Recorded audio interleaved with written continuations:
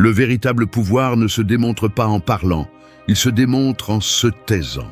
Alors que beaucoup cherchent à être entendus, les plus forts choisissent le silence. Non pas parce qu'ils n'ont rien à dire, mais parce qu'ils n'ont plus besoin de convaincre qui que ce soit. La force silencieuse du stoïcisme ne crie pas, ne se défend pas, ne cherche pas l'approbation. Elle observe simplement, comprend et agit avec une maîtrise totale d'elle-même. Ce chemin ne consiste pas à feindre la sérénité, mais à la construire de l'intérieur. Apprendre à contrôler vos émotions avant qu'elles ne vous contrôlent. Garder le silence lorsque l'ego veut parler et rester ferme lorsque le monde essaie de vous provoquer. C'est là l'essence de l'autocontrôle. Choisir le calme alors que tout invite au chaos. Le stoïcien ne réagit pas, il répond. Il ne cherche pas à plaire, il agit avec authenticité. Il n'a pas besoin de démontrer car sa cohérence parle pour lui. Dans chaque décision, dans chaque limite qu'il établit sans discuter, dans chaque geste prudent, il démontre que le véritable pouvoir réside dans l'esprit, pas dans la voix. Dans cette vidéo, vous allez apprendre à maîtriser cette force intérieure, à vivre sans dépendre du jugement des autres, à agir avec clarté et non avec émotion. Ces leçons ne sont pas des théories.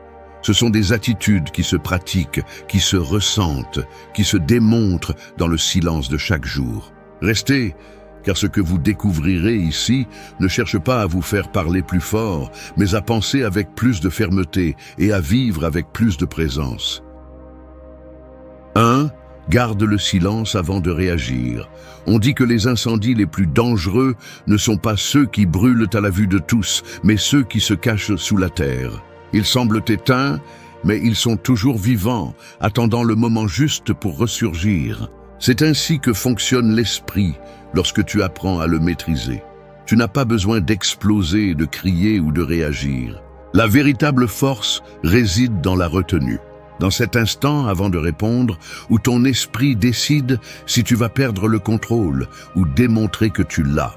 Garder le silence avant de réagir est la première grande leçon du stoïcisme moderne et peut-être la plus difficile à appliquer dans un monde qui récompense l'impulsivité et punit le calme. Quand quelqu'un te provoque, ton ego exige de se défendre. Il veut avoir le dernier mot, prouver qu'il ne peut pas être humilié. Mais chaque fois que tu tombes dans ce piège, tu perds plus que tu ne le penses. Tu perds de l'énergie, tu perds de la clarté et surtout, tu perds du respect pour toi-même. Le stoïcien comprend que toute attaque ne mérite pas une réponse, car le silence communique aussi. Le silence n'est pas soumission, c'est domination. Celui qui réagit obéit à ses émotions. Celui qui garde le silence les gouverne. Arrête-toi une seconde avant de répondre. Cette seconde est ton entraînement. L'espace où tu sépares l'émotion du jugement, où tu observes sans t'impliquer. Marc Aurèle le disait avec sagesse, tu peux décider de ne pas avoir d'opinion. Cette phrase renferme une des plus grandes libertés humaines. Tu n'as pas à avoir une opinion sur tout, tu n'as pas à te défendre de tout, tu n'as pas à réagir à tout. La maturité commence quand tu comprends que ne pas réagir n'est pas une faiblesse, c'est une stratégie. Le silence n'est pas vide, c'est contrôle. Garde le silence, même quand tu as raison. Non pas parce que tu ne veux pas être entendu, mais parce que tu choisis ta paix plutôt que ton ego. La plupart des gens discutent pour gagner. Les sages se taisent pour ne pas se perdre eux-mêmes. Celui qui maîtrise sa langue maîtrise son destin. Dans ce silence conscient, tu commences à te connaître, à lire tes propres émotions, à comprendre ce qui te dérange et pourquoi. Tu deviens témoin de toi-même, et quand tu peux observer sans réagir, tu as gagné plus de pouvoir que n'importe quel mot pourrait te donner. Pratiquer cette leçon nécessite de la discipline. Ce n'est pas un acte passif, c'est une action active de contrôle mental. Cela signifie contenir la colère, transformer la frustration en observation, convertir la provocation en apprentissage. Chaque fois que tu réussis à ne pas réagir, tu renforces ton esprit comme un muscle. Tu deviens plus conscient, plus lucide et moins vulnérable au chaos extérieur. Tu cesses d'être l'esclave des autres, car tu comprends que le contrôle n'est pas à l'extérieur, il est à l'intérieur. Le silence n'est pas lâcheté, c'est la sagesse à l'état pur. Les faibles crient pour s'imposer, les forts se taisent pour se maîtriser. La prochaine fois que quelqu'un cherchera à te provoquer, à te manipuler ou à te faire perdre ton calme, regarde-le sans colère ni orgueil. Souviens-toi que sa réaction est son reflet, pas le tien. Que tes émotions ne doivent pas être une réponse automatique au comportement des autres. Garde le silence et observe. Là, dans cet instant de quiétude, tu te rends compte que tu n'as plus besoin de prouver quoi que ce soit. Parce que quand tu maîtrises ta réaction, tu maîtrises ta vie. Tu apprends à agir avec intention plutôt que de réagir par impulsion. C'est la différence entre le sage et le commun, entre celui qui gouverne son esprit et celui qui est gouverné par lui. Le silence ne te rend pas invisible, il te rend impénétrable. Et celui qui apprend à le maîtriser devient quelqu'un qui ne cherche plus à contrôler le monde parce qu'il a conquis le plus difficile, se contrôler lui-même. 2. Maîtrise tes émotions avant qu'elles ne te maîtrisent. La mer peut sembler calme en surface, mais sous sa tranquillité se cachent des courants capables de couler des navires entiers. Ainsi sont les émotions, invisibles, silencieuses, mais puissantes. Si tu ne les connais pas, elles t'emportent. Si tu les comprends, elles te propulsent. Maîtriser tes émotions ne signifie pas les réprimer ni prétendre qu'elles n'existent pas. Cela signifie comprendre leur origine, regarder leur cause et décider si elles méritent de te gouverner ou non. L'homme qui se laisse emporter par sa colère, sa peur ou sa tristesse perd le contrôle de sa direction, tandis que celui qui maîtrise ses émotions apprend à naviguer même au milieu de la tempête. Le stoïcisme enseigne que tu ne peux pas contrôler ce qui se passe en dehors de toi, mais tu peux contrôler ta réaction à cela. La différence entre une personne forte et une personne faible ne réside pas dans leur destin, mais dans leur réponse. Lorsque tu permets à une émotion de te posséder, tu te déconnectes de ta raison et tu remets le pouvoir de ton esprit à ce qui se passe à l'extérieur. Mais lorsque tu réussis à t'arrêter, à observer et à décider comment agir, tu deviens une menace pour ceux qui vivent en réagissant. L'autocontrôle n'est pas de la froideur, c'est de la sagesse en action. Chaque émotion apporte un message. La colère peut révéler une injustice, la peur peut signaler une limite, la tristesse peut te montrer quelque chose que tu apprécies. Les ignorer n'est pas la solution, ni les laisser te dominer. La clé est de les reconnaître sans leur obéir. Tu n'es pas tes émotions, tu es celui qui les observe. Lorsque tu prends du recul, tu peux les transformer. La colère devient courage, la tristesse devient réflexion, la peur devient préparation. C'est l'alchimie émotionnelle que les sages pratiquent, sans en parler. Maîtriser tes émotions nécessite de la pratique. Commence par le quotidien. Quand quelqu'un t'irrite, quand quelque chose ne se passe pas comme prévu, quand tu sens que l'orgueil te pousse à discuter. Au lieu d'exploser, respire. Non pas pour échapper, mais pour observer. Cette pause te donne du pouvoir. Elle te permet de répondre avec l'esprit, pas avec la blessure. Les émotions perdent de leur force lorsque tu les regardes sans les juger, lorsque tu les laisses passer sans les identifier comme faisant partie de ton identité. Un stoïcien ne se définit pas par ce qu'il ressent, mais par ce qu'il décide de faire avec ce qu'il ressent. Cette différence marque la limite entre le chaos et la clarté. Tu ne peux pas empêcher le vent de souffler, mais tu peux ajuster tes voiles. Tu ne peux pas éviter de ressentir de la colère ou de la tristesse, mais tu peux décider de ne pas rester là. La vie ne consiste pas à éliminer les émotions, mais à ne pas les laisser diriger ton gouvernail. Pratiquer cette maîtrise émotionnelle te rend imprévisible, non pas parce que tu caches ce que tu ressens, mais parce que tu ne réagis plus comme les autres s'y attendent. Personne ne peut te manipuler si tes émotions ne sont pas un bouton facile à presser. Celui qui maîtrise ses émotions vit à un niveau supérieur de liberté, car il ne répond plus à l'impulsion, mais à l'intention. Souviens-toi de ceci, l'émotion est le messager, pas le maître. Écoute-la, comprends-la et laisse-la partir. Ne t'accroche pas à ce qui est venu seulement pour t'apprendre quelque chose. Le jour où tu comprendras cela, tu cesseras d'être l'esclave du monde extérieur et tu commenceras à être le maître de ton monde intérieur. C'est là la véritable force. Celle qui n'a pas besoin de crier pour s'imposer, car son pouvoir réside dans l'équilibre, non dans la réaction. 3. Pratique la réserve émotionnelle. Il y a des portes qui s'ouvrent facilement et d'autres qui ne s'ouvrent que lorsque tu démontres que tu sais prendre soin de ce qui se trouve à l'intérieur. C'est ainsi que fonctionne l'esprit d'une personne sage. Elle ne révèle pas tout. Elle n'expose pas chaque pensée ni ne montre chaque sentiment à n'importe qui. La réserve émotionnelle n'est pas de la froideur ni de la méfiance, c'est de l'intelligence émotionnelle à son stade le plus mature. Nous vivons à une époque où les gens ressentent le besoin de tout raconter, d'exposer leur vie, leurs blessures et leurs réussites pour se sentir exister. Mais lorsque tu livres tes émotions au public, tu leur donnes aussi le pouvoir de te détruire avec elles. Pratiquer la réserve émotionnelle, c'est choisir consciemment quoi partager, quand le faire et avec qui. C'est comprendre que tout le monde ne mérite pas d'accéder à tes pensées les plus profondes, car tout le monde ne saura pas les comprendre. Un stoïcien ne se cache pas, mais il ne se dénude pas non plus devant n'importe quelle oreille. Sa force réside dans sa prudence. Il parle quand c'est nécessaire, se tait quand ce ne l'est pas et maintient son centre stable même lorsqu'on le provoque. La réserve n'est pas un masque, c'est un filtre qui protège la paix intérieure. Quand tu apprends à ne pas réagir immédiatement, à ne pas avouer tes peurs à n'importe qui, à ne pas montrer tes blessures comme des trophées, tu deviens plus fort. Non pas parce que tu te renfermes, mais parce que tu comprends que le silence protège ce que les mots pourraient endommager. Chaque émotion que tu partages avec la mauvaise personne devient une arme qui peut être utilisée contre toi. Et celui qui a été trahi par une confiance mal placée sait que toutes les vérités ne doivent pas être dites et que tous les sentiments ne méritent pas d'être montrés.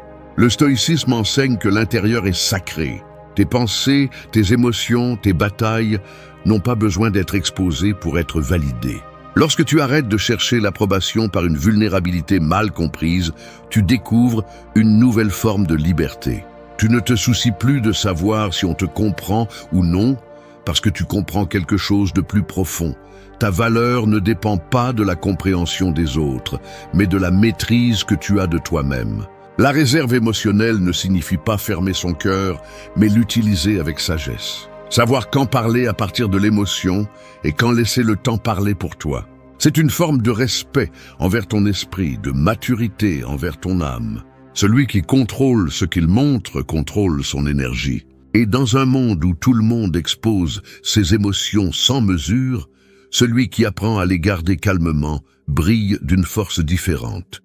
Chaque fois que tu choisis le silence plutôt que l'explosion, la prudence plutôt que la confession, tu entraînes ton esprit à agir à partir de la conscience, non de la nécessité. Toutes les pensées ne méritent pas de devenir des mots. Toutes les émotions ne doivent pas être traduites en gestes. Les mots peuvent être des chaînes si tu les utilises sans soin, mais le silence peut être ton bouclier si tu sais quand l'appliquer. Apprends à observer sans annoncer ce que tu vois, à ressentir sans montrer ce que tu ressens, à comprendre sans avoir à tout expliquer. Cette réserve n'est pas un isolement, c'est un pouvoir intérieur. C'est ce qui distingue celui qui se maîtrise de celui qui cherche une validation constante. Lorsque tu maîtrises cette pratique, ta présence change.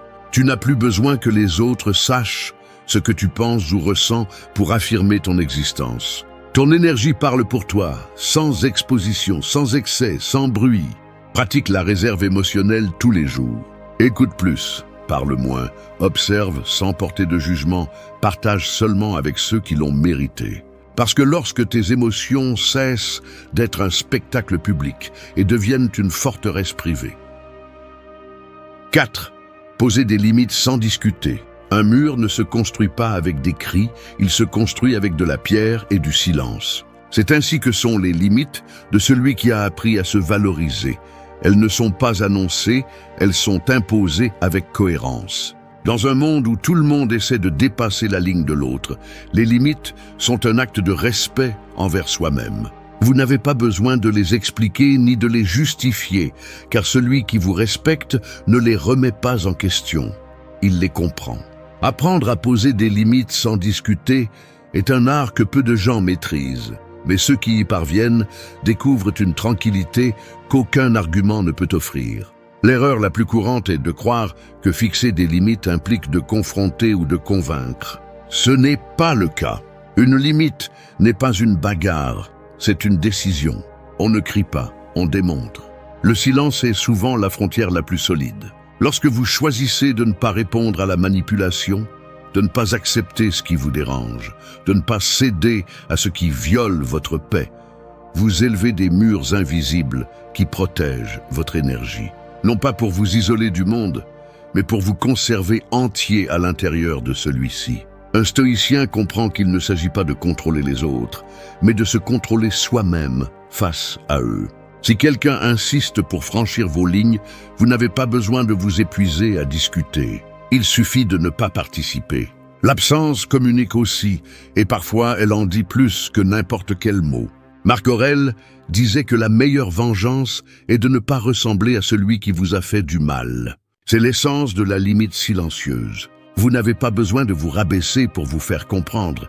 Il suffit de rester ferme dans votre position, même si l'autre ne l'accepte pas.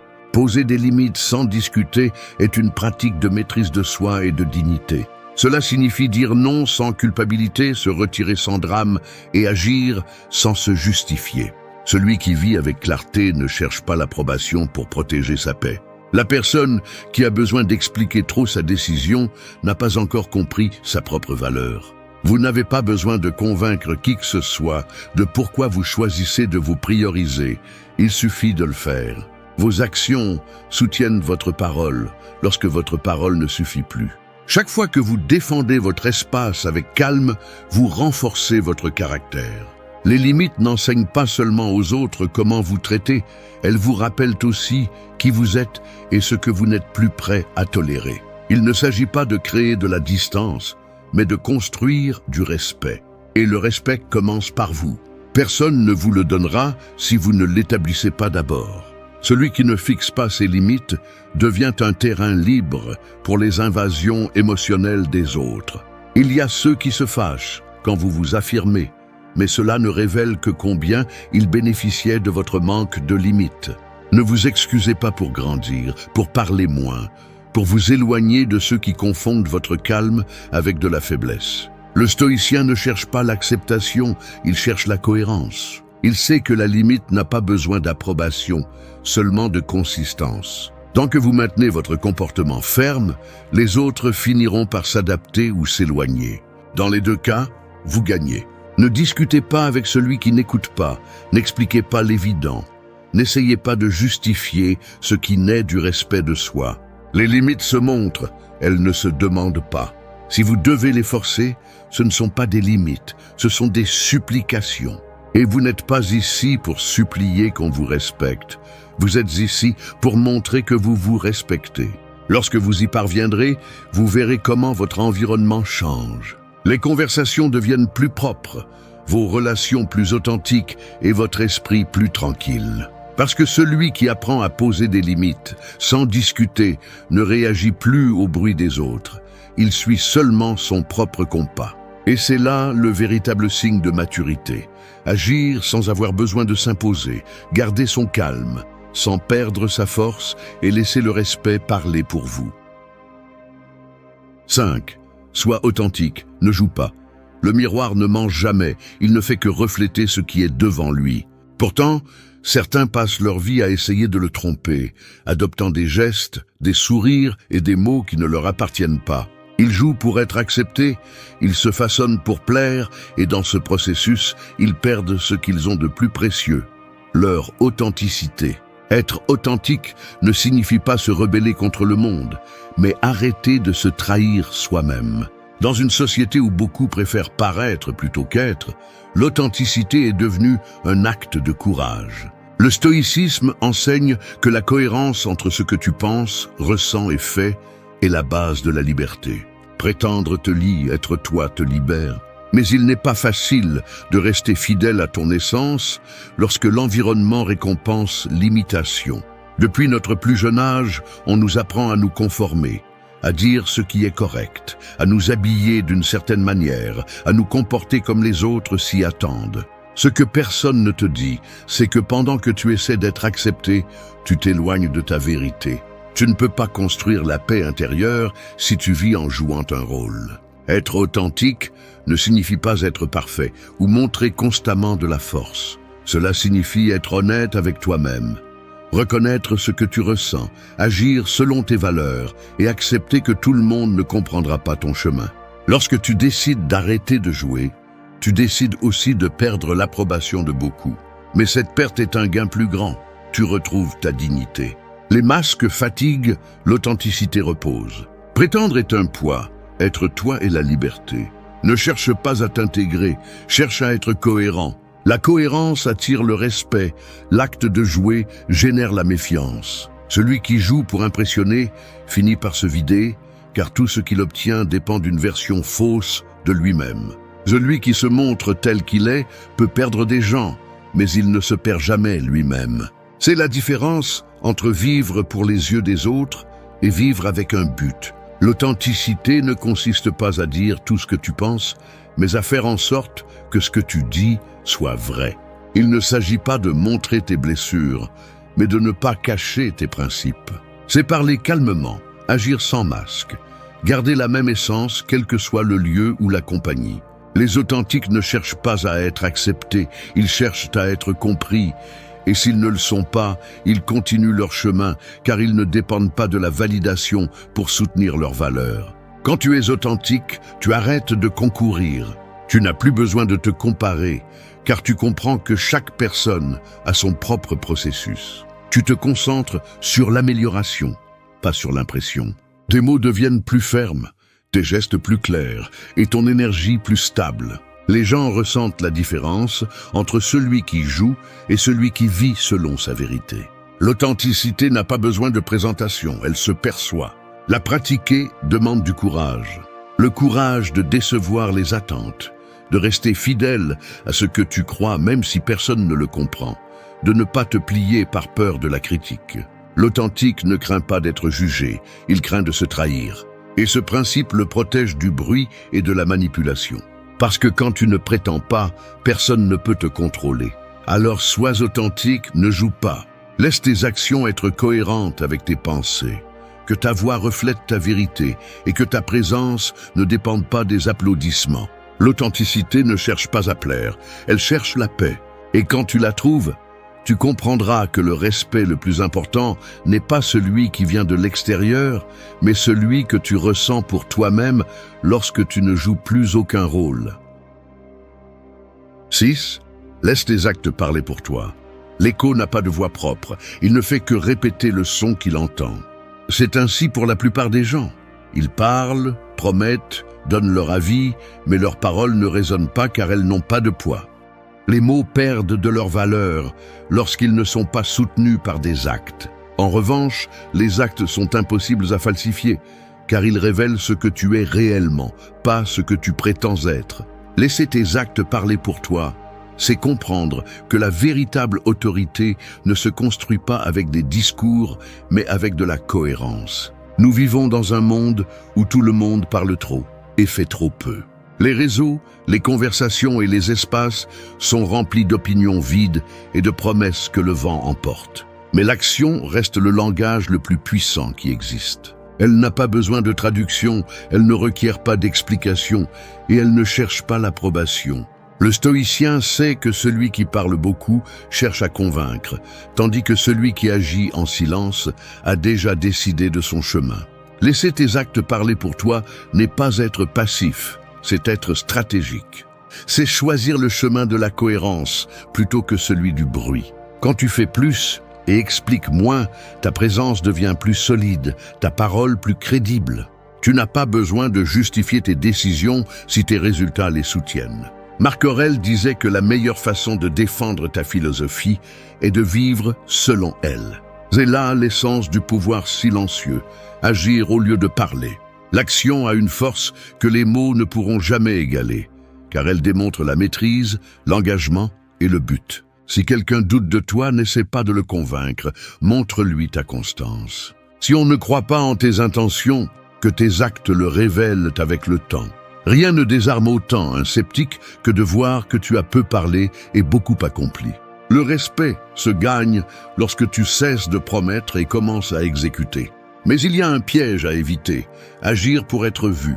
Tes actes perdent de leur valeur lorsque leur motivation est l'approbation. Tu ne fais pas les choses pour prouver que tu peux, tu les fais parce que c'est la bonne chose à faire. La différence est énorme. La première nourrit l'ego, la seconde construit le caractère. Un stoïcien n'agit pas pour impressionner, il agit pour évoluer.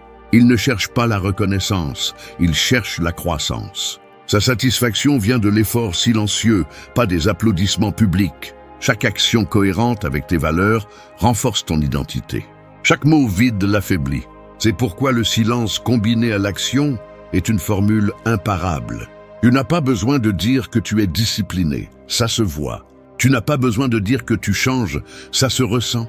Tu n'as pas besoin d'expliquer que tu es concentré, tes résultats le crient pour toi. Celui qui se concentre sur l'action n'a pas le temps d'en parler, et c'est là sa force. Laisse ta vie être ton message. Que tes habitudes parlent plus fort que tes opinions, que tes résultats soient ton argument et que ta discipline soit ta carte de visite. Il ne s'agit pas de vivre dans l'ombre, mais de construire sans avoir besoin d'être vu. Les véritables réalisations ne naissent pas du bruit, elles naissent du travail silencieux. Quand tu apprends cela, tu découvres une paix profonde. Tu ne ressens plus le besoin de prouver quoi que ce soit. Tu laisses les autres parler pendant que tu avances. Tu deviens une personne qui inspire sans le chercher, qui enseigne sans parler, qui dirige sans s'imposer. Car dans un monde plein de paroles creuses, l'action cohérente est une forme de résistance. Et ceux qui maîtrisent cet art laissent une empreinte sans faire de bruit, car ils ont compris que le silence de celui qui agit vaut plus que 1000 discours de celui qui ne fait que promettre. 7. Prends soin de ton cercle intérieur. Les racines ne sont pas visibles, mais elles déterminent si un arbre grandit ou se flétrit. Il en va de même pour ton cercle intérieur. Les personnes qui t'entourent sont le sol sur lequel ton esprit repose. Si ce sol est contaminé par la négativité, la critique ou l'envie, ta croissance s'affaiblit, même si tu as les meilleures intentions. Prendre soin de ton cercle n'est pas de l'égoïsme, c'est de la survie émotionnelle. Parce que personne n'évolue entouré de ceux qui ne croient pas au changement. Le stoïcisme enseigne que l'environnement influence l'esprit plus que nous ne l'admettons. C'est pourquoi Marc Aurèle avertissait que l'âme se teint de la couleur des pensées qui l'entourent. Si tu vis près du bruit, tu finis par répéter le bruit. Si tu t'entoures de calme, l'esprit apprend à respirer. C'est pourquoi prendre soin de ton cercle intérieur ne concerne pas la quantité, mais la qualité. Tu n'as pas besoin de foule, tu as besoin de compagnie qui apporte de la clarté, pas de la confusion. Ton cercle n'est pas seulement composé de personnes, mais aussi de ce que tu consommes, de ce que tu écoutes, de ce que tu laisses entrer dans ton esprit. Chaque conversation, chaque contenu, chaque habitude laisse des traces dans ton état mental. C'est pourquoi protéger ton environnement, c'est protéger ton équilibre. Si tu passes du temps avec quelqu'un qui se plaint de tout, tu finiras par te plaindre. Si tu t'entoures de quelqu'un qui agit avec discipline, tu apprendras la discipline. L'énergie est contagieuse, aussi bien la bonne que celle qui te vide. Prendre soin de ton cercle implique de prendre des décisions inconfortables. Tu ne peux pas avancer tout en portant des liens qui ne te renvoient que de la fatigue. Tu ne peux pas garder ton esprit clair si chaque jour tu absorbes le chaos. Il ne s'agit pas de juger, mais de reconnaître que tu ne peux pas sauver quelqu'un qui ne veut pas changer, ni partager ton énergie avec quelqu'un qui ne la valorise pas. La maturité arrive quand tu comprends qu'aimer quelqu'un ne signifie pas lui permettre de détruire ta paix. Un cercle sain n'est pas composé d'admirateurs ou de suiveurs, mais de personnes qui te défient avec respect, qui te corrigent sans t'humilier et qui se réjouissent de tes progrès sans ressentir d'envie. Ces connexions sont rares, mais quand tu les trouves, tu dois les protéger comme un trésor. Le stoïcien comprend qu'il n'a pas besoin de beaucoup, il a besoin de vrai. Il préfère un silence honnête à une foule fausse. Tout le monde ne mérite pas d'accéder à ton énergie. Il y a ceux qui n'apparaissent que quand cela les arrange, ceux qui cherchent tes lumières pour couvrir leurs ombres, ceux qui confondent ton calme avec de la faiblesse. Apprendre à leur fermer la porte ne te rend pas froid, cela te rend conscient. Ce n'est pas de la cruauté, c'est de la sélection. Parce que ce que tu laisses entrer dans ta vie définit la direction de ton esprit. Prends soin aussi du cercle que tu formes avec toi-même. Ton dialogue interne fait partie de cet environnement invisible. Si tu te parles durement, tu te flétris. Si tu te parles avec respect, tu fleuris. Parfois, le cercle le plus polluant n'est pas à l'extérieur, mais à l'intérieur. C'est pourquoi, avant de demander de la loyauté, sois loyal envers toi-même. Avant d'exiger du respect, respecte-toi. Avant de chercher de la compagnie, apprends à apprécier ta propre présence. Prendre soin de ton cercle intérieur est un acte continu. C'est revoir quelles conversations t'élèvent et lesquelles t'épuisent, quels liens t'inspirent et lesquels te retiennent. Et une fois que tu l'as fait, tu comprends quelque chose qui change tout. Tu n'as pas besoin d'être entouré de beaucoup de gens pour te sentir accompagné. Tu as juste besoin de t'entourer de vérité. Parce que lorsque ton environnement vibre en paix, ton esprit trouve sa direction. Et lorsque ton cercle est solide, ton silence devient une force, pas une solitude. 8. Vis le présent, non pour impressionner. L'horloge ne s'arrête pas pour voir qui la regarde. Elle remplit sa fonction en silence, marquant le passage du temps sans avoir besoin de prouver quoi que ce soit. C'est ainsi que la vie devrait être vécue, avec présence, non avec prétention. Mais la plupart des gens sont plus occupés à paraître bien qu'à l'être vraiment. Vivre pour impressionner est une prison invisible qui draine l'énergie et vous déconnecte de ce qui est le plus important, le moment présent.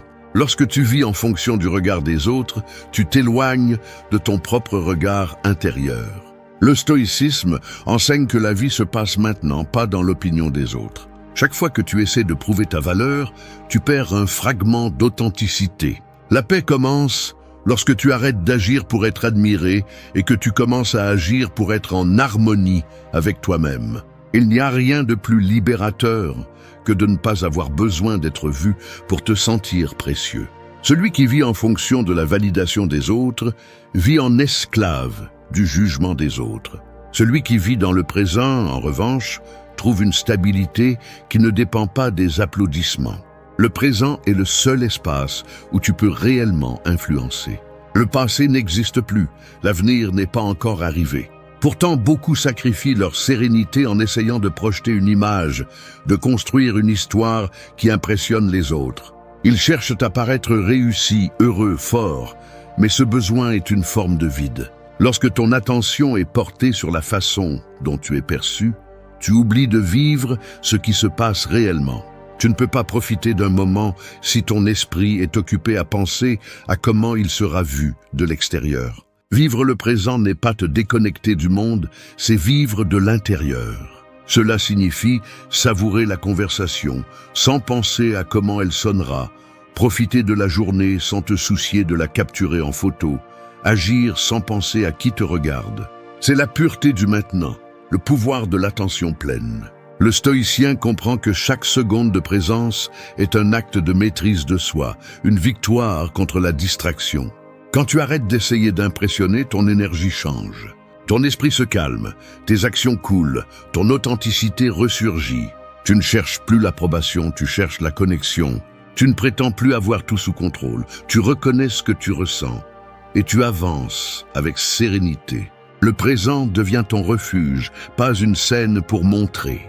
Et dans ce calme, tu découvres que tu n'as pas besoin de grandes choses pour te sentir comblé. Tu as juste besoin d'être vraiment là, où ton corps et ton esprit coïncident.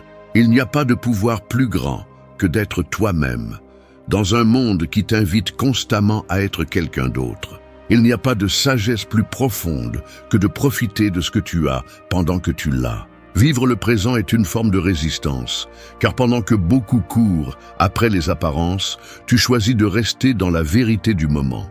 Alors arrête d'impressionner et commence à habiter ta vie. Tu n'as pas besoin de prouver le succès, la force ou le bonheur. Tu as juste besoin d'être, de ressentir, d'agir en cohérence. Chaque respiration consciente, chaque pensée concentrée, chaque silence choisi te rend du pouvoir. Parce que quand tu vis dans le présent, le bruit s'éteint. La comparaison se dissout et l'authenticité émerge. Et à cet instant, sans le chercher, tu deviens quelqu'un qui inspire non par ce qu'il montre, mais par la paix qu'il transmet. Quand quelqu'un utilise ton passé contre toi, il ne cherche pas la vérité, il cherche le pouvoir. Il veut te voir justifier ce que tu as déjà surmonté, te rabaisser au niveau où tu es tombé une fois. Mais ce que beaucoup ne comprennent pas, c'est que le passé ne fait mal que lorsque tu ne l'as pas encore pardonné. Une fois que tu l'acceptes, il cesse d'être une arme et devient un bouclier. Les gens peuvent te rappeler tes erreurs, mais ils ne peuvent pas décider de qui tu es maintenant. Et c'est à ce moment-là que tu reprends le contrôle. Tu ne réponds pas pour gagner une discussion, tu réponds pour ne pas te perdre toi-même. Le calme n'est pas une faiblesse, c'est une maîtrise. Le silence n'est pas une soumission, c'est une stratégie. Parce que celui qui maîtrise sa réaction, maîtrise la situation. Cette vidéo ne vise pas à te défendre, mais à t'apprendre à ne pas avoir besoin de défense. Elle te montrera comment garder ta dignité quand quelqu'un essaie de te blesser avec ton histoire, comment transformer la culpabilité en croissance, et comment transformer chaque attaque en une preuve de force intérieure. Si quelqu'un t'a déjà fait sentir prisonnier de ton passé, ce message est pour toi. Reste jusqu'à la fin parce qu'après cela, tu sauras comment répondre avec une telle sérénité que celui qui essaie de t'attaquer ne fera face qu'à sa propre frustration. 1. Réponds avec calme, pas avec impulsivité. Une étincelle ne brûle pas une forêt, mais une réaction incontrôlée peut le faire. Il en va de même avec les mots. Une seule réponse impulsive suffit à détruire ce que des années de croissance ont construit. Lorsque quelqu'un utilise ton passé contre toi, il le fait en espérant que tu perdras le contrôle. Il attend que tu te défendes, que tu exploses, que tu montres que tu es toujours la même personne que tu étais. Et si tu tombes dans ce jeu, tu lui donnes exactement ce qu'il cherchait, du pouvoir sur toi. Le calme est ta meilleure stratégie. Non pas parce que le silence résout tout, mais parce qu'il te permet de voir ce que l'autre ne voit pas. La personne qui attaque à partir de ton passé le fait à partir de son insécurité. Elle utilise tes erreurs comme une arme parce qu'elle ne sait pas comment faire face à sa propre histoire. Et si tu réponds avec impulsivité, tu renforces son illusion de supériorité. Mais si tu réponds avec sérénité, tu révèles quelque chose qui le déstabilise, que tu n'es plus le même, que tu as changé et que sa manipulation ne fonctionne plus. Répondre calmement ne signifie pas rester silencieux par peur, cela signifie maîtriser le moment. Avant d'ouvrir la bouche, respire, observe, pense, demande-toi « Cela mérite-t-il mon énergie ?» La plupart du temps, non. Le calme te donne de l'espace pour choisir la réponse. Et choisir, c'est avoir du pouvoir. Ne pas réagir est l'acte le plus élevé de contrôle émotionnel qui existe, car il montre que tu n'as rien à prouver. Il y a un type de force qui ne se voit pas mais se ressent. C'est la force de celui qui écoute une provocation et ne bouge pas, de celui qui supporte une tentative d'humiliation sans perdre son sang-froid. Cette force naît de la compréhension que personne ne peut te faire sentir inférieur sans ton permission. Et quand tu maîtrises cette vérité, toute tentative de manipulation devient inutile. Celui qui crie perd, celui qui réagit en premier aussi. Mais celui qui reste calme oblige l'autre à se confronter à lui-même. Dans ce silence inconfortable, l'attaquant est exposé car sans ta réaction, son intention s'effondre. Le calme n'est pas passivité, c'est le pouvoir dans sa forme la plus pure. C'est une déclaration silencieuse qui dit « Je n'ai rien à te prouver ». Si tu contrôles ton impulsivité, tu contrôles la direction de la conversation. Si tu gardes ton calme, tu transformes la provocation en une opportunité de montrer ta maturité. C'est la différence entre réagir et répondre. Réagir, c'est agir à partir de la blessure. Répondre, c'est agir à partir de la conscience. Le premier alimente le conflit, le second le dissout. Au fond, l'objectif n'est pas que les autres changent, mais que tu ne recules pas. Chaque fois que tu choisis le calme sur l'impulsivité, tu renforces ton pouvoir intérieur. Chaque fois que tu choisis de penser avant de répondre, tu montres que ton esprit ne se laisse plus emporter par l'émotion. Et cela, même si cela n'est pas dit à haute voix, se ressent.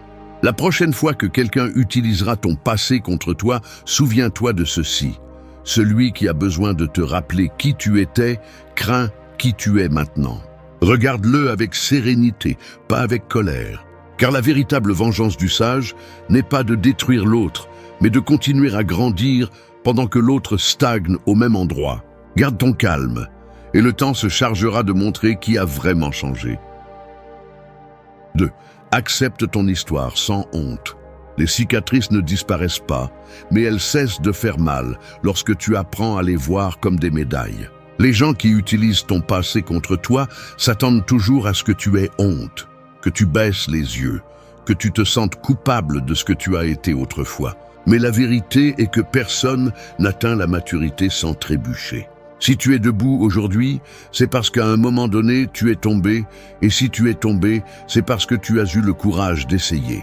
Accepter ton histoire ne signifie pas la justifier, mais reconnaître que grâce à elle, tu es devenu quelqu'un de plus fort, plus conscient et plus authentique. La honte est l'arme préférée de ceux qui n'ont pas guéri. Ils te font rappeler ce que tu as fait de mal, parce qu'ils ne supportent pas de te voir en paix avec cela. Mais quand tu apprends à regarder ton histoire sans culpabilité, les autres perdent leur pouvoir sur toi. Ce qui te blessait auparavant devient une leçon. Ce que tu cachais auparavant te construit maintenant. L'acceptation ne te rend pas faible, elle te rend libre, car elle montre clairement que tu ne vis plus au même endroit d'où il te reproche d'être sorti. Accepter ton passé sans honte signifie reconnaître que tu as été imparfait, que tu as commis des erreurs et que ces erreurs ont été le prix de ton évolution. Cela signifie ne pas cacher ce que tu as vécu, mais l'utiliser comme preuve de ta croissance. Celui qui nie son passé est condamné à le répéter, mais celui qui l'assume apprend à ne pas trébucher 2 fois sur la même pierre. Tu ne peux pas changer ce qui s'est passé, mais tu peux décider de la signification que tu lui donnes. C'est le pouvoir de l'autocontrôle, transformer le souvenir en sagesse et non en fardeau. Quand quelqu'un mentionne ton passé dans le but de te blesser, regarde-le sans réaction. Ressens-le à l'intérieur, mais ne le résiste pas. Souviens-toi que seul te fait mal ce que tu n'as pas encore accepté. Et si tu l'acceptes, il se désintègre. Accepter ton histoire ne signifie pas dire « c'était bien », mais dire « cela ne me définit plus ». Cette simple phrase sépare ton identité de tes erreurs et te rend le contrôle de ton esprit. Celui qui a honte obéit. Celui qui accepte transcende. La plupart des gens sont prisonniers de leur propre passé parce qu'ils n'ont jamais osé l'affronter de face. Ils vivent en cachant des fragments d'eux-mêmes, feignant la perfection pour ne pas être jugés. Mais celui qui n'a plus peur de son histoire vit sans chaîne. Il peut parler de sa chute avec la même sérénité qu'il parle de sa victoire. Et cela intimide ceux qui se mentent encore sur leur propre reflet. Accepter ton histoire ne te rend pas immunisé contre le jugement des autres, mais te rend invulnérable à celui-ci. Parce que même si les autres ont une opinion, tu as déjà fait la paix avec ce que tu étais. Il n'y a plus de honte qui te lie, ni de culpabilité qui te dirige. Ce que tu cachais auparavant avec peur, tu le partages maintenant avec fierté, parce que tu comprends que seul celui qui a vécu son obscurité peut comprendre sa propre lumière. Chaque erreur du passé a été une leçon que tu n'aurais pas pu apprendre autrement. Chaque erreur t'a façonné, t'a poussé à te réveiller, à mûrir, à briser le moule. Et maintenant que tu comprends cela, il n'y a plus de place pour la honte. Celui qui tente de te rappeler ton passé se confronte à quelqu'un qui en a déjà fait une partie de sa force. Lorsque tu acceptes ton histoire sans honte, tu ôtes tout sens à l'attaque. Personne ne peut utiliser contre toi quelque chose que tu ne nies plus. C'est la liberté du sage. Regarder en arrière sans peur, parler du passé sans culpabilité et vivre dans le présent avec une totale cohérence. Parce que peu importe qui tu étais, ce qui compte vraiment, c'est qui tu es lorsque tu n'as plus besoin de le cacher. 3. Fixe des limites et respecte-les. Il y a des gens qui, tout comme les chiens qui testent la clôture, s'approchent juste pour voir jusqu'où ils peuvent aller avant que tu ne les arrêtes. Si tu ne fixes pas de limites, tôt ou tard, quelqu'un franchira la ligne et blâmera ton silence pour l'avoir permis. Quand quelqu'un utilise ton passé contre toi, il le fait parce qu'il perçoit qu'il peut le faire. Il essaye parce qu'il remarque que tu ne l'arrêtes pas. Et si tu ne fixes pas de limites, tu finis par supporter le manque de respect que tu as toi-même toléré. Établir des limites n'est ni froideur ni orgueil, c'est de la clarté. Cela signifie que tu sais ce que tu acceptes et ce que tu ne fais pas, que tu reconnais ta valeur et que tu n'es pas prêt à la diminuer pour maintenir une relation ou éviter un conflit. Celui qui n'a pas de limite devient un terrain libre pour l'abus émotionnel. Et dans la vie, si tu ne définis pas le respect, quelqu'un d'autre le fera à sa convenance. Les limites ne se crient pas, elles se démontrent. Il ne suffit pas de dire « ne me parle pas comme ça », mais de ne plus le permettre plus d'une fois. Il ne suffit pas de demander du respect, il faut se retirer quand on ne le donne pas. La cohérence est la véritable force derrière une limite. Parce que si tu établis une règle et que tu la brises toi-même, tu perds toute autorité sur ta propre parole. Quand tu restes ferme, l'autre le ressent. Il peut t'accuser d'être dur. Il peut te dire que tu as changé, mais ce malaise est le signe que ton énergie n'est plus disponible pour être utilisée. Et c'est ce qui dérange le plus ceux qui vivent du contrôle des autres. Ton calme et ta fermeté sont une barrière que la manipulation ne peut pas franchir. Respecter tes limites n'est pas de la vengeance, c'est de la protection. C'est dire au monde « je ne suis plus le même que celui qu'on pouvait blâmer sans réponse ». C'est te regarder dans le miroir, avec la certitude que maintenant tu décides ce qui entre dans ta vie et ce qui n'y entre pas. Les limites ne t'éloignent pas des gens, elles te rapprochent de ta paix. Et la paix ne se négocie pas. Il y aura ceux qui essaieront de te faire sentir coupable d'avoir des limites. Ils diront que tu es devenu distant, que tu exagères, que tu étais plus compréhensif avant. Ce qu'ils veulent vraiment dire, c'est que tu étais plus facile à manipuler avant. Ne tombe pas dans ce jeu. Avoir des limites ne signifie pas perdre de l'empathie. Cela signifie que tu as appris à mettre ton bien-être en premier. Les gens qui te respectent n'ont pas besoin que tu leur fixes constamment des limites, car ils comprennent les leurs. Mais ceux qui n'en ont pas testeront les tiennes encore et encore. C'est pourquoi, plus que de parler, il faut agir. Chaque fois que tu dis assez et que tu le respectes, ton esprit se renforce. Ton estime de toi grandit parce qu'elle comprend que cette fois-ci, tu t'es choisi. Le respect commence lorsque tu fais clairement comprendre que tu ne reculeras pas par peur de perdre quelqu'un. Parce que si pour maintenir un lien, tu dois accepter la maltraitance, ce n'est pas un lien, c'est une prison. Et si pour conserver la paix des autres, tu dois détruire la tienne, tu ne vis pas, tu obéis. Fixer des limites est un acte d'amour de soi que peu comprennent, mais que tous ressentent. C'est la façon la plus silencieuse de dire plus jamais. Parfois, tu n'as pas besoin de discuter ni d'expliquer, juste de prendre de la distance. L'absence enseigne aussi. Et quand tu maintiens cette distance sans culpabilité, le message est clair. Le respect que tu n'as pas obtenu des autres, tu te le donnes maintenant toi-même. 4. N'attaque pas, contrôle. Les serpents les plus dangereux ne font pas de bruit avant d'attaquer, ils observent, calculent et n'agissent que si c'est nécessaire. C'est la différence entre la réaction et le contrôle. Dans la vie, beaucoup confondent la force avec l'agression, comme si crier plus fort signifiait avoir raison. Mais le véritable pouvoir n'est pas de rendre le coup, mais de décider quand ne pas le faire. Contrôler tes impulsions face à celui qui essaie de te provoquer avec ton passé n'est pas une faiblesse, c'est une maîtrise. Celui qui maîtrise ses émotions n'a rien à prouver, car il a déjà gagné la bataille la plus difficile, celle de l'intérieur. Quand quelqu'un cherche à te faire sentir petit en rappelant tes erreurs, ce qu'il cherche vraiment, c'est à voir si tu es toujours vulnérable. Il espère que tu te mettras en colère, que tu exploseras, que tu perdras ton sang-froid. Parce que dès que tu le fais, tu cèdes le contrôle. Et quand tu perds le contrôle, tu perds le pouvoir. Mais si tu arrives à rester calme, si tes paroles sont mesurées et ton regard serein, l'autre personne est désarmée. Personne ne peut manipuler celui qui ne réagit pas. Attaquer est facile, se maîtriser ne l'est pas. Il faut plus de force pour contenir une émotion que pour la laisser sortir sans réfléchir. C'est à ce moment-là, quand tu sens la pression dans ta poitrine et l'envie de répondre avec colère, que se trouve l'épreuve. Ce que tu fais à ce moment-là définit si tu avances ou si tu recules.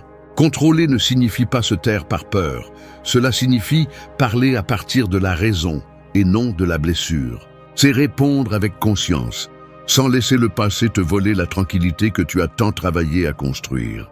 L'autocontrôle ne consiste pas à te réprimer, mais à choisir intelligemment. Si tu cries, tu te rabaisses au même niveau que celui qui t'a provoqué. Si tu te défends avec agression, tu transformes la vérité en bruit. Mais si tu parles avec sérénité, tu obliges l'autre personne à écouter.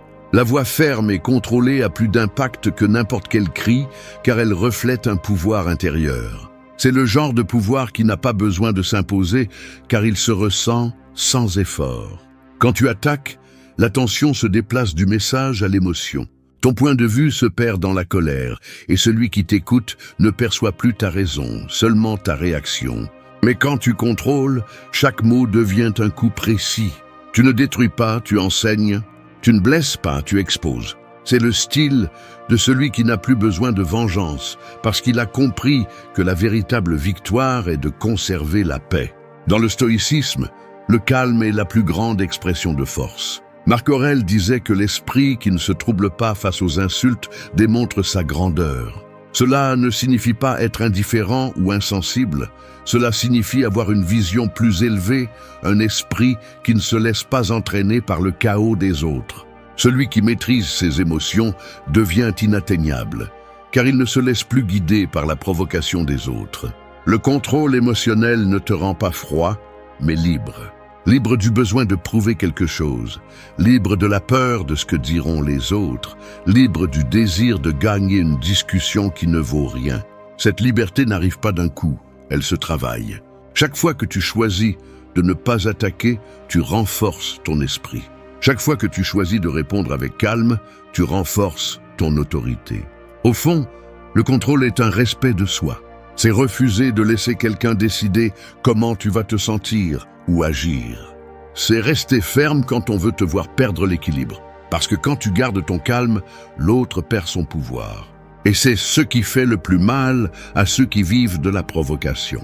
Ils n'ont pas besoin de tes paroles, ils ont besoin de ta réaction. Ne la leur donne pas. Apprends à te contrôler même quand tout en toi veut répondre. C'est la forme la plus élevée d'intelligence émotionnelle. Agir à partir de la force, pas du feu. 5. Protège ta paix, pas ton passé. Le feu ne discute pas avec le vent, il s'éteint simplement pour ne pas gaspiller d'énergie sur ce qu'il ne peut pas contrôler. Tu devrais agir de la même manière lorsque quelqu'un essaie de t'entraîner dans des discussions inutiles sur ce qui s'est déjà passé. Il y a des batailles qui ne se gagnent pas en se battant, mais en s'éloignant. Les gens qui utilisent ton passé comme une arme le font pour perturber ta tranquillité, pas pour chercher la vérité. C'est pourquoi le véritable défi n'est pas de te défendre, mais de maintenir ta paix intacte lorsque l'environnement cherche à la briser. Ton passé n'a pas besoin de défense, car il a déjà rempli sa fonction. Il a été un enseignant, pas un juge.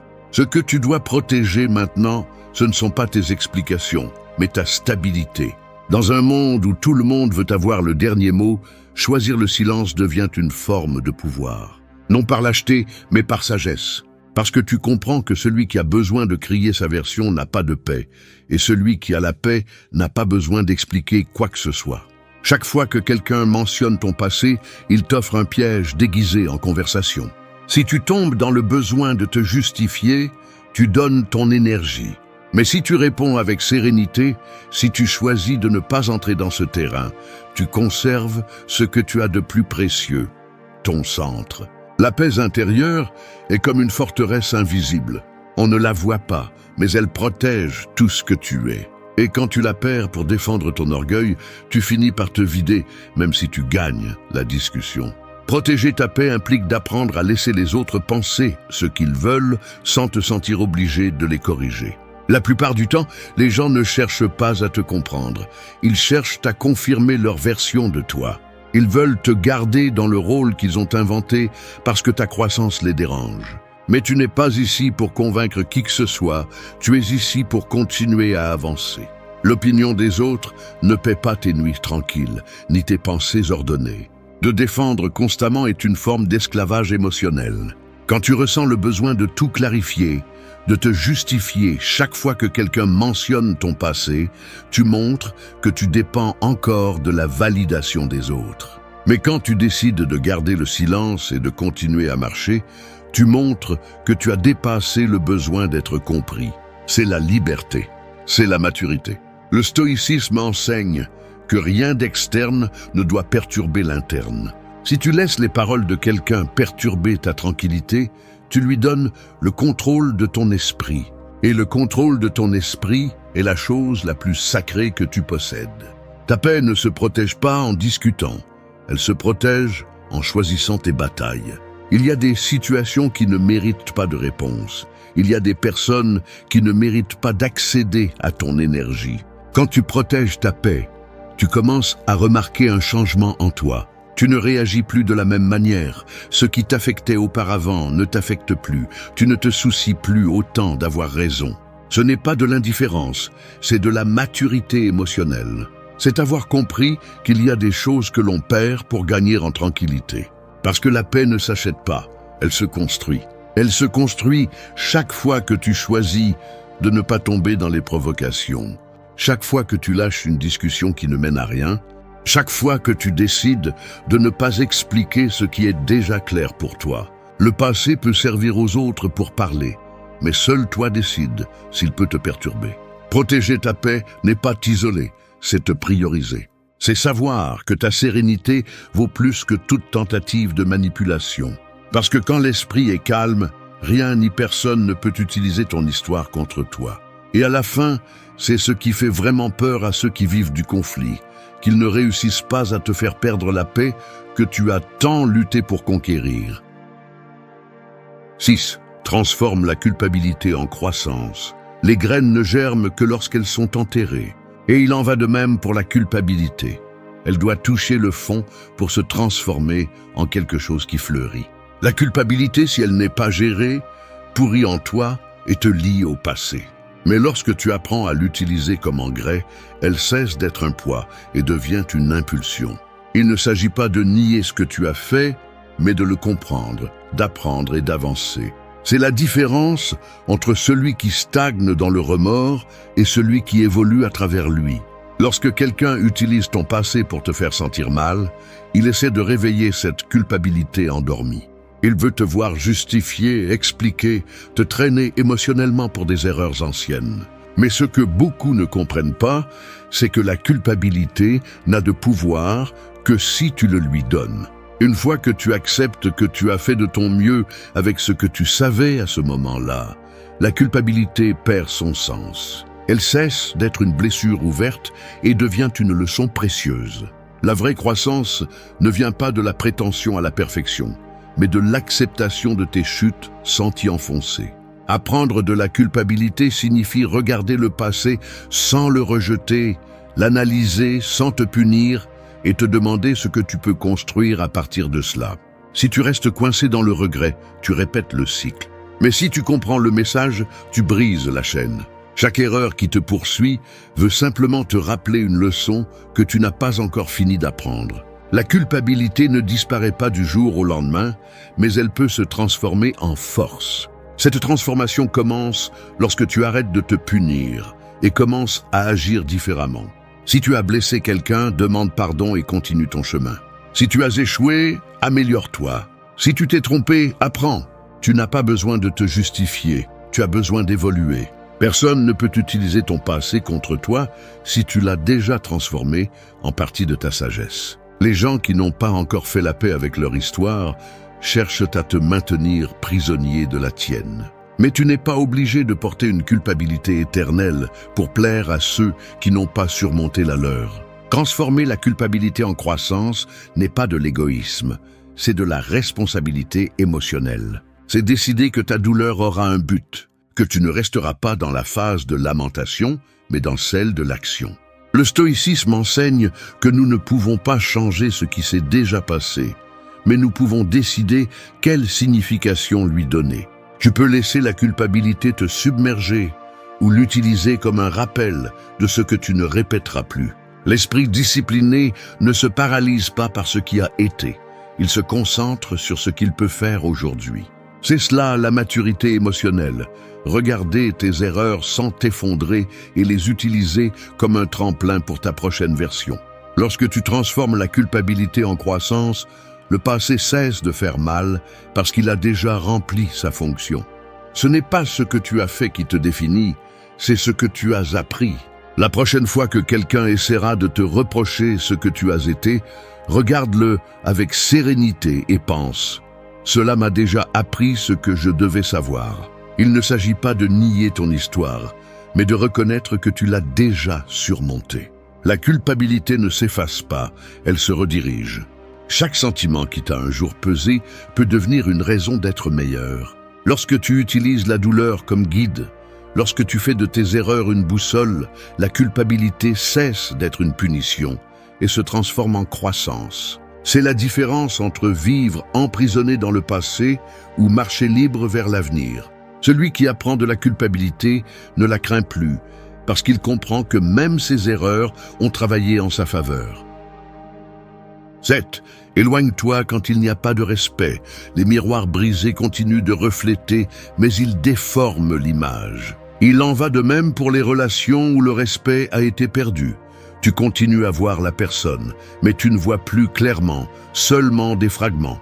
Essayer de maintenir des liens où le respect n'existe pas, c'est comme boire de l'eau dans un verre fissuré. Ce qui reste de toi finit toujours par s'échapper. C'est pourquoi, quand quelqu'un utilise ton passé contre toi sans empathie ni considération, il ne mérite pas d'explication, il mérite de la distance. T'éloigner n'est pas une vengeance, c'est de l'hygiène émotionnelle. Il ne s'agit pas de couper par fierté, mais par dignité. Il y a des gens qui confondent le pardon avec la permission, et si tu les laisses faire, ils continueront à franchir tes limites. Mais quand tu décides de t'éloigner sans drame, sans cris et sans excuses, tu leur donnes une leçon que les mots ne peuvent pas transmettre. Ta paix n'est plus à vendre.